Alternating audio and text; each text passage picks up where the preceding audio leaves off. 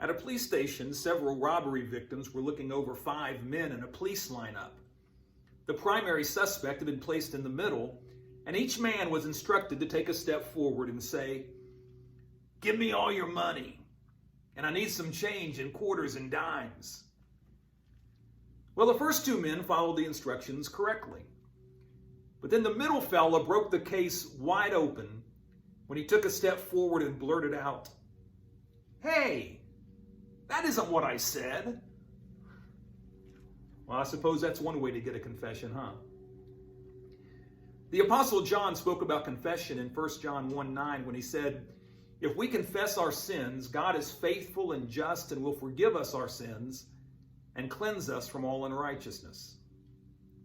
Max Lucado, in his book, In the Grip of Grace, made an interesting distinction.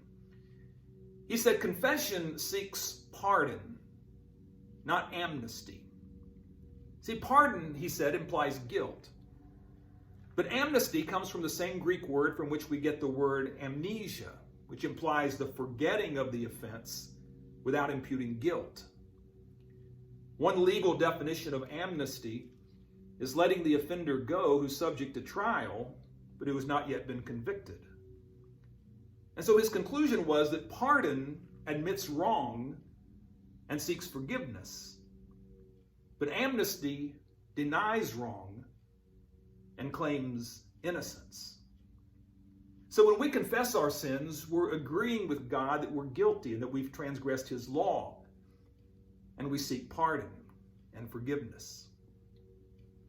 In Proverbs 28:13 it says, "He who covers his sin shall not prosper, but whoever confesses and forsakes them shall have mercy."